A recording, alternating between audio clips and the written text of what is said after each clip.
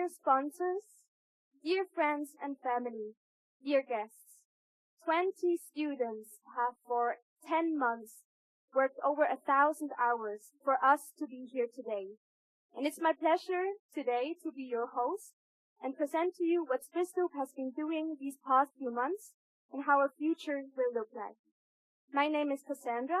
At Swissloop, I'm in charge of all communication.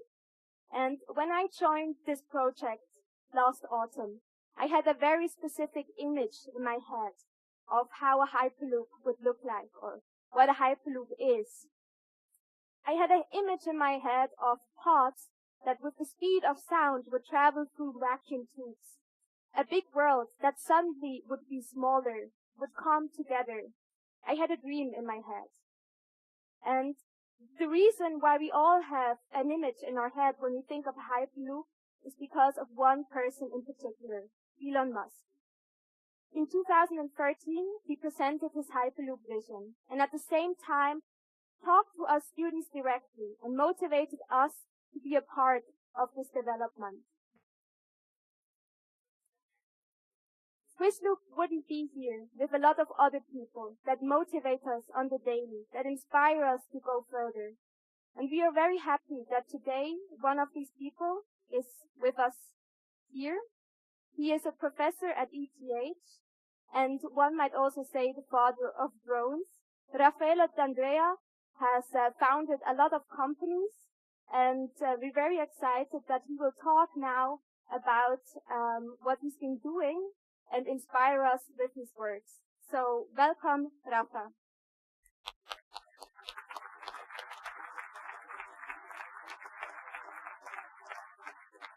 So, I'm actually not going to talk at all about what I've been doing. I just want to talk about these guys.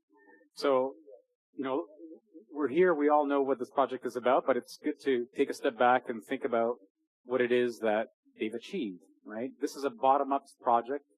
These students came up with the idea themselves. This was not a course that they had to take.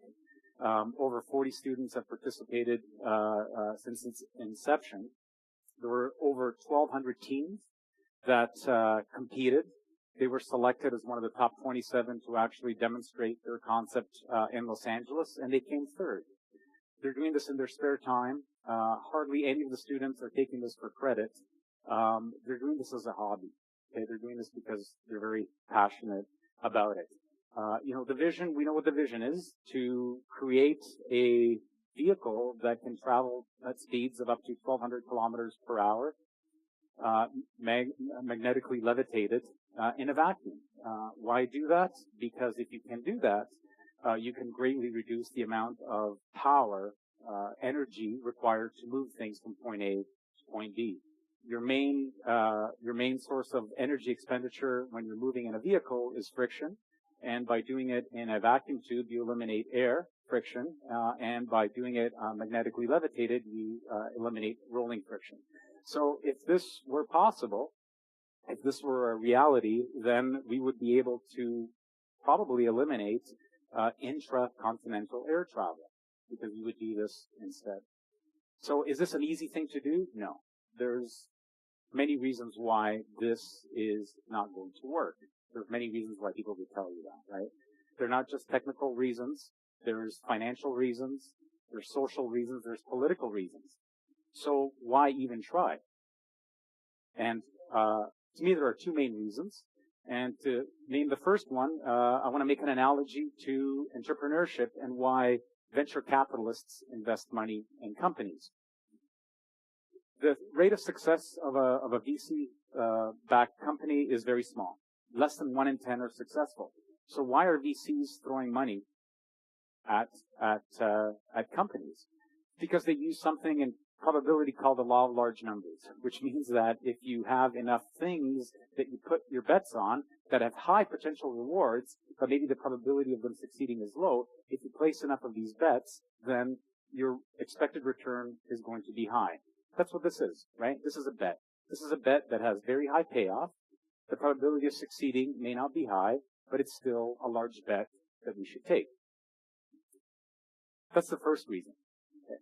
The second one is actually, to me, the more important one, and that is what these kids are learning by doing something like this. Again, they're doing this from the ground up, right? Think of all the skills that they're learning. They're learning how to work in teams. Okay? They're learning how to have other people count on them.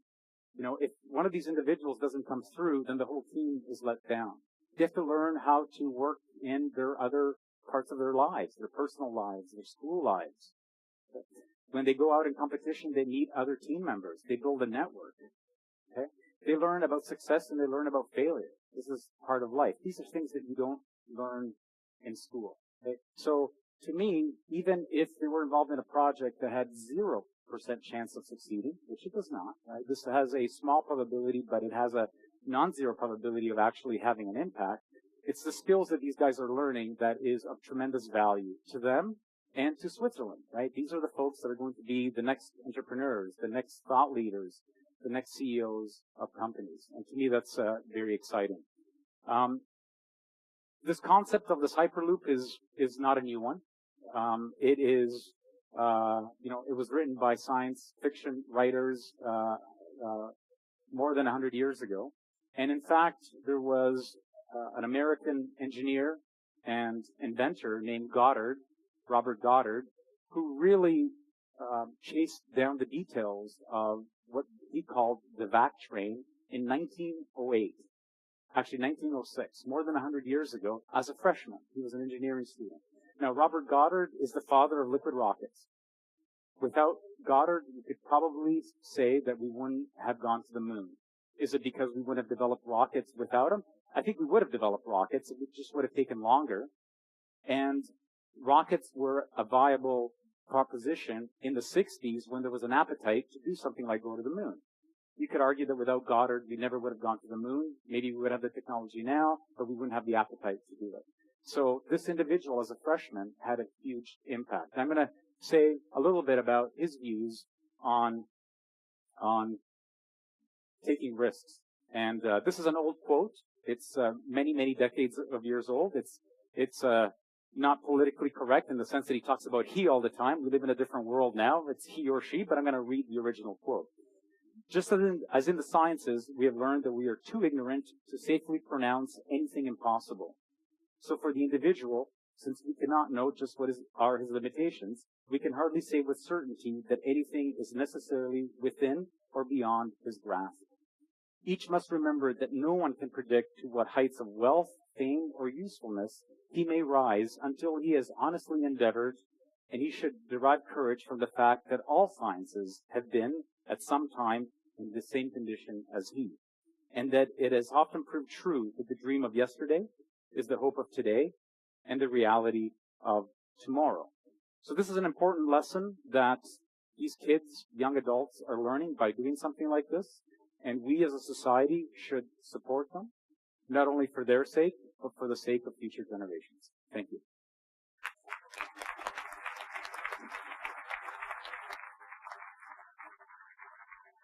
Thank you very much, Ralph, for sharing this special moment with us and this very inspiring presentation. I want to take the opportunity to ask you one question. You've founded a lot of companies. If you would have to give us any tips, what advice can you give us? Persevere. Don't give up. Dive into something wholeheartedly.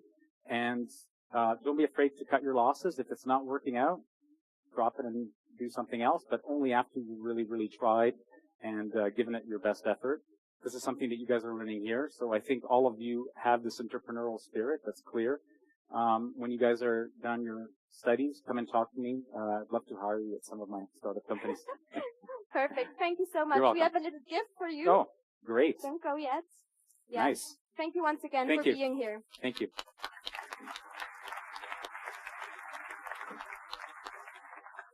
So our next speaker is also very crucial for this project.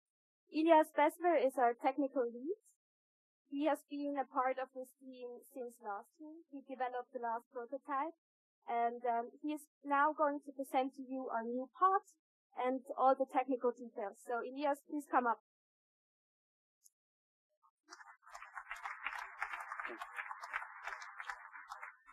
before you start, I wanted to ask you, why are you doing this again? I mean, it's super stressful. It's super empowering experience, but you hardly have any time for anything else. So why doing it again?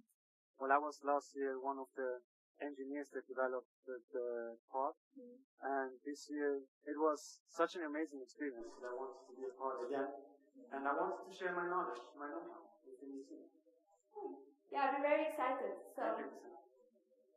Good. In the last 10 months, we developed a brand new pod. We are an interdisciplinary team with students that study communication, business, industrial design, and of course engineering. From ETH, ZHW, the University of Zurich, and FHNW in Basel. Now compared to last year, we're not 50 students anymore, we're just 20 students. Because we found out that we're much more efficient if we are a smaller group. Here you can see Elon Musk, how happily he looked when he saw our rocket. Well, last year we competed for the very first time in the competition, and we made it into the finals. We made it into the top 3 out of 1,200 teams worldwide, and we represent Switzerland. Now this year, we want to make it again into the finals, and want to see our new prototype running through that vacuum tube of Elon Musk. One big difference this year, we tried to test every subsystem that we have with the same conditions that they will get operated in the run. And some of those tests I want to show you.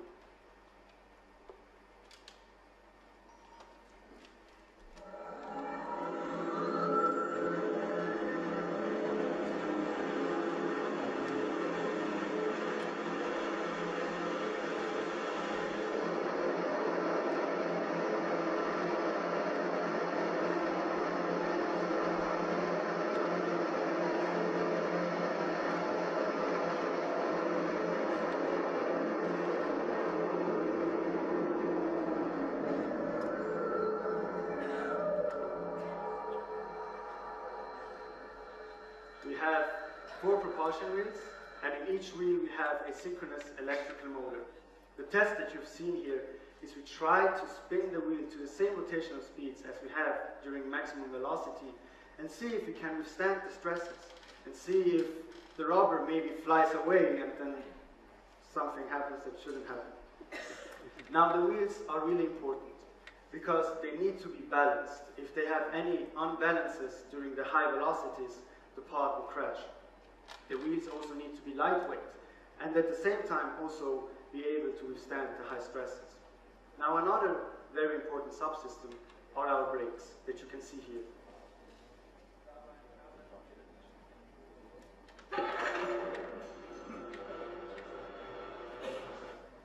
This is a small testing rig that we designed, and we put on our hydraulically operated friction brakes, and with that test we could see if the controls work, we could see if the mechanism works, if the friction pads behave as we want them to behave. Now, in the tube, which is 1.25 kilometers long, we try to go as fast as possible through it, and it's really important that the brakes in the end are reliable. For that, we have 2 friction brakes on our pod. If one doesn't work, we have still the other one that can brake us safely. Now those 2 brakes generate more than 5 G's braking forces, which is 5 times more than a Ferrari can produce. Now this is not the only subsystem that we have. For example, our batteries. On the left and right side that you can see the carbon fiber boxes, which need to be vacuum tight, so the air needs to stay inside. We have 540 cells that are connected to each other, and they produce 700 volts. If you look at the power generated, it's 1.25 times more than a Bugatti Veyron produces. Now, in order to transfer those energies also onto the ground, we have a clamping mechanism that increases the forces on the wheels so that the wheels don't slip through and that we accelerate with maximum acceleration. And if we are driving through the tube, we also want that the stability system that we designed corrects any lateral distortions and puts us on the straight path. And so everything comes together with the shell in the end that we designed iteratively to be as aerodynamic as possible. And this is it. This is our latest prototype of 2018. Thank you very much.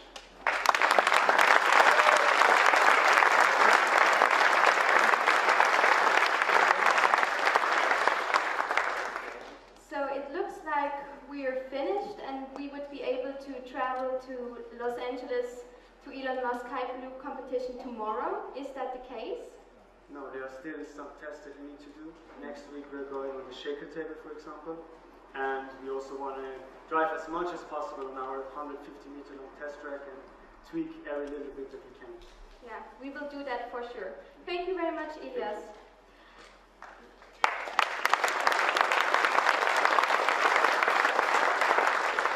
What Elias didn't mention is the name of our new pod. So last year's pod was named after Alfred Escher, who was also a great inspiration for us. So for this year's name giver, we wanted to have a person with the same kind of impact. And the goal of this year's Hyperloop competition is top speed. So it was only natural for us that our name giver is super fast. And the person that came into our minds was instantly Muchinga Kambunchi. She is the fastest Swiss woman with 11.07 seconds in 100 meters.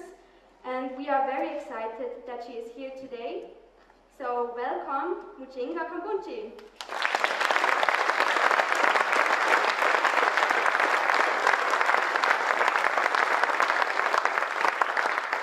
Muchinga, we share a lot of things together. You placed third at the World Championships, and we placed third at the Elon Musk Hyperloop competition.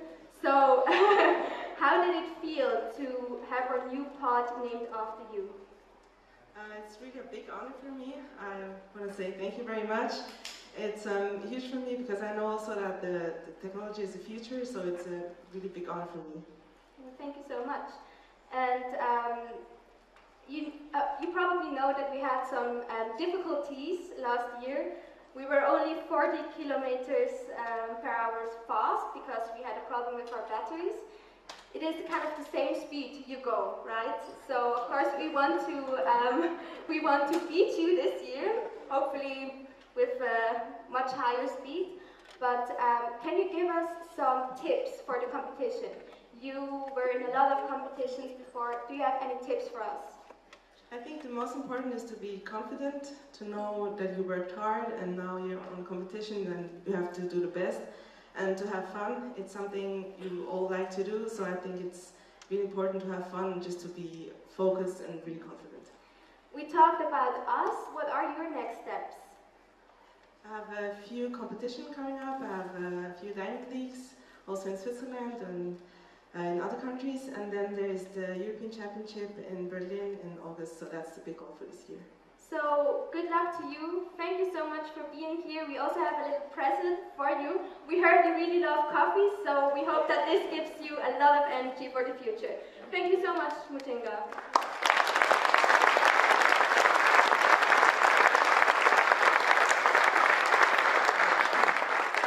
Yeah, I forgot that slide. I'm so sorry. So, Muchinga always does her best at competitions, and we want to do the same. But our goals go far beyond the next Elon Musk Hyperloop competition. And here to present to you Swissloop's next steps are Gabriela Fernandez, she is our business lead, and Luca Titizio, who is in the board, he's a board member. Yeah, so welcome.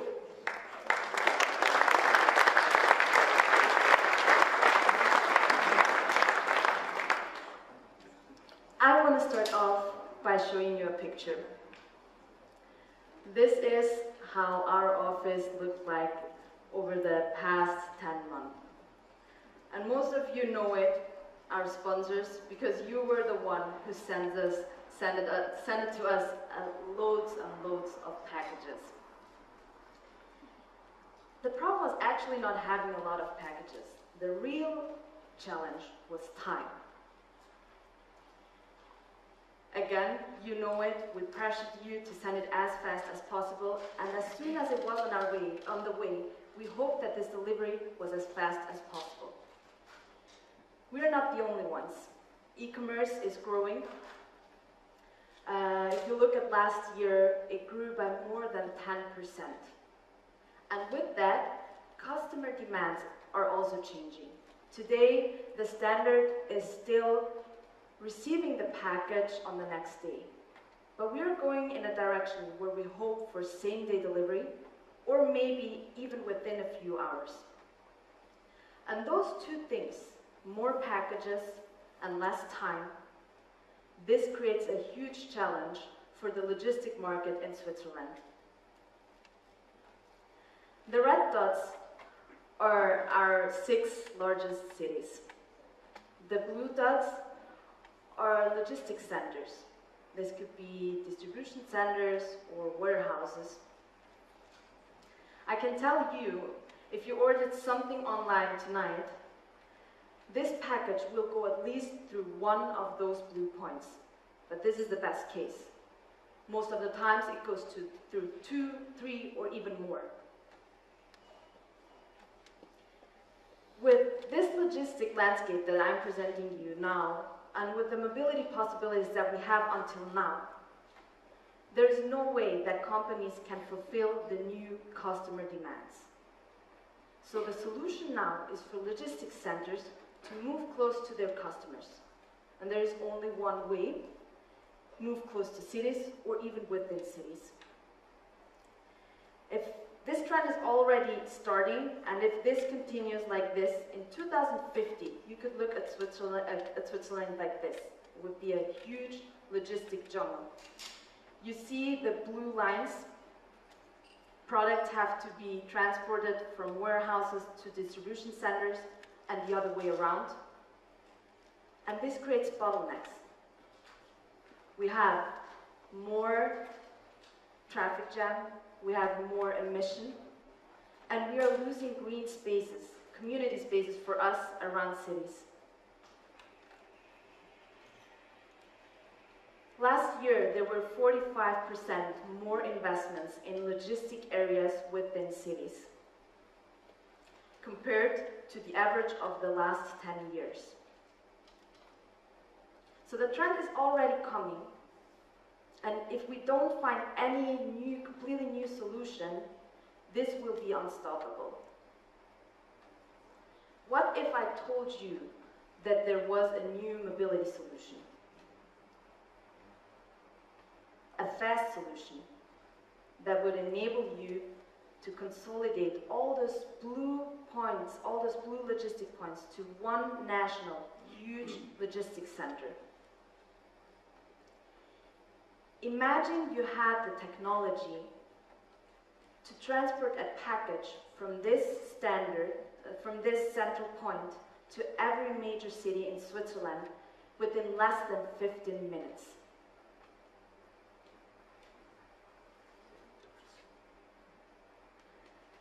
We would have less traffic, less emission, and more green spaces for us in Switzerland within our cities. This, ladies and gentlemen, is our vision at Swissloop, and Luca will tell you how we plan to implement that. I'm only board member, but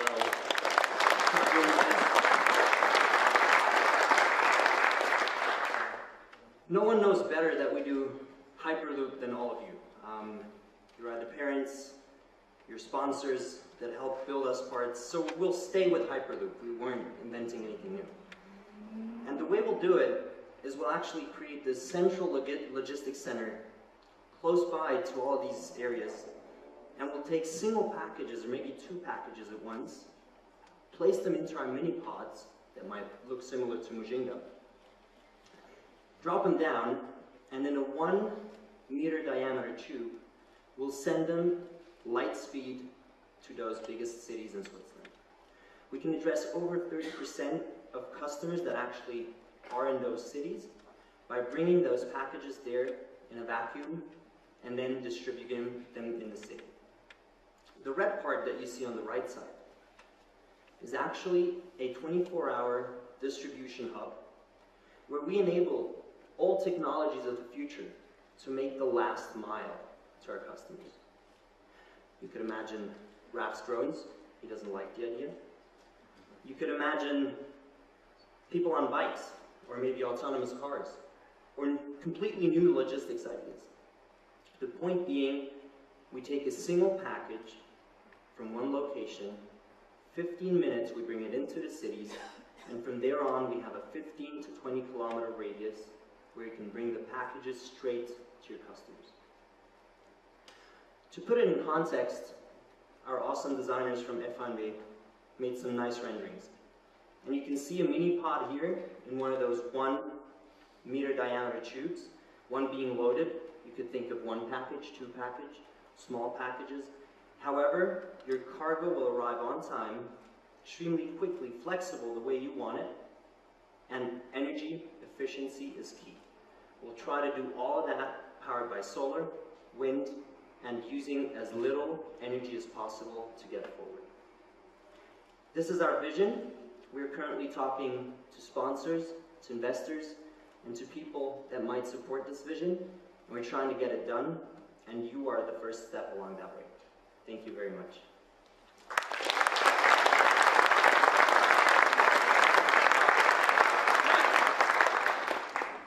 Gary, I wanted to ask you, when I started this presentation, I talked about like a dream I had in my mind when I came to Swissloop. Hyperloop for me is about transporting people, so why did we decide to go a different way? One thing, like the first thing, was that this project, Swissloop, was only possible through Switzerland. So the first thing that came up to our mind was to look at the Swiss market, because we want to give something back. And the goods market is growing way faster than the transport of people. And just as I told, me and Luca told tonight, there are huge challenges. And we think that with our know-how that we could gain over the 2 years, and the 2 hands-on products that we made, the 2 prototypes, we would be happy to contribute and to solve the problem here in Switzerland. Okay. Luca, you mentioned our next steps. How does Mucinga fit in that grand scheme? Is Mucinga kind of, the prototype that is also, it would be also possible to implement that idea, or is it just another step along the way? First of all, I think we prepared all of this for the media event, and talking of Mucinga, we also have to talk of the people behind it. So I'd ask every one of you that contributed to this pod to quickly stand up, and a huge hand and a huge clap for those people, please.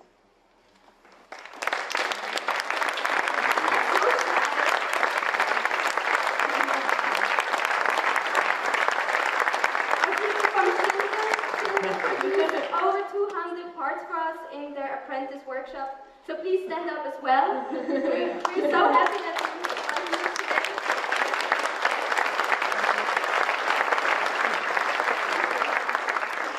So when we talk of our newest prototype, the competition is definitely our greatest milestone along the way. But there will be further milestones, and we're working towards them. We'll have an extremely important meeting on the 28th. We'll gladly shout out to you if we achieve anything in that meeting, but we're talking to sponsors and we're talking to investors, and we're really hoping that this vision will come through in the future. Okay, thank you so much. I don't have a present for you, but I'm going to give you a hug afterwards. Okay, so Luca already kind of touched on it. This journey, Swissloop, wouldn't be possible without you, our sponsors. Also, this event that we're having here today, this elaborate, amazing event in the Innovation Park in Düsseldorf, wouldn't be possible without our sponsors. So, yeah, thank you so much again for enabling this journey and being a part of Swissloop. Thank you so much.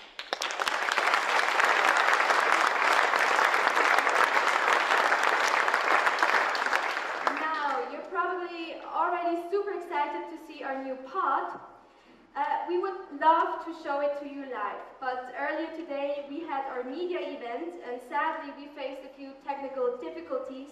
We had problems with the internet, like the connection from our guys and to the pod. So because we didn't want to kind of jinx it, we are going to reveal the pod without kind of driving it out of the test tube. But be sure that in the coming few weeks you will get a lot of video material through our newsletter, and you can be a part of our process. Before we're going to reveal the pod, we have a little video for you. We always talk about the journey of Swissloop, the project, of our pod, of Escher, of Mujinga. But it's not only that, it's also the journey of us as individuals, of us as students, as team members. And to kind of show that journey to you, or what that word means to us, we put together a little movie. So please enjoy a new journey in transportation.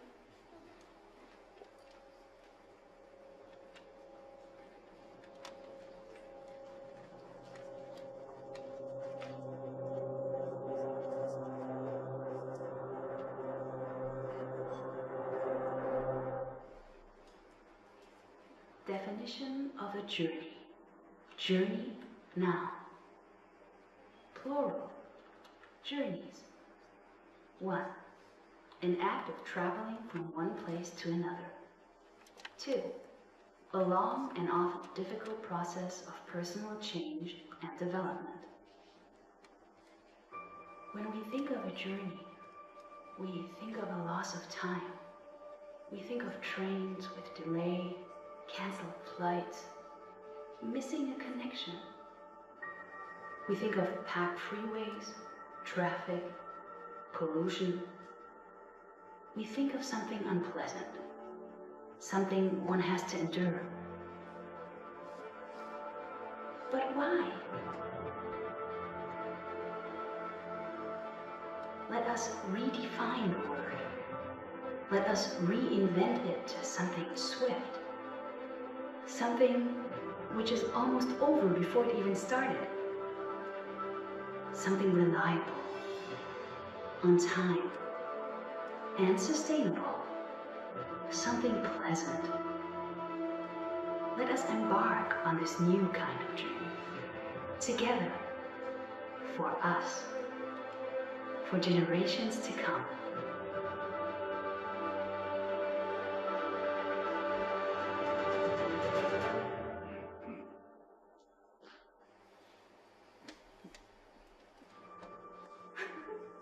Okay, yes. So,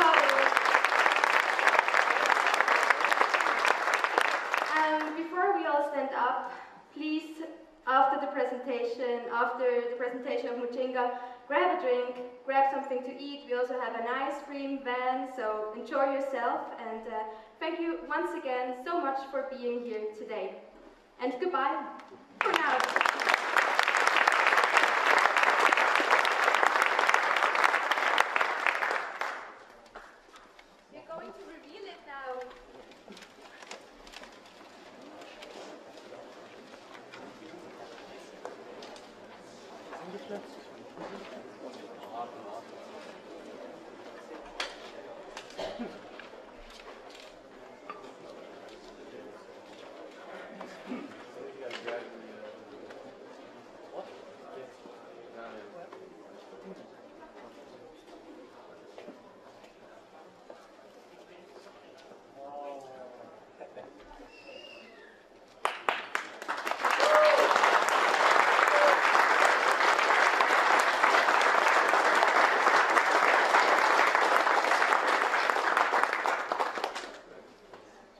Showed you the inside.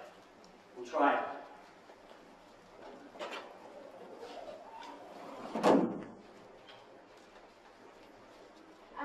You can have a closer look at it anytime you want.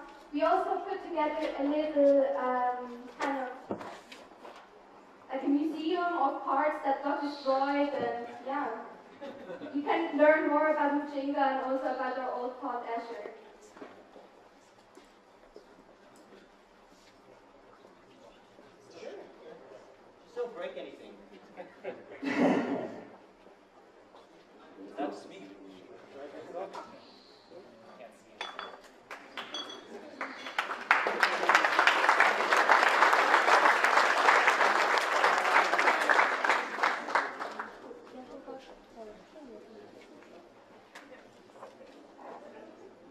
Why am I the only one?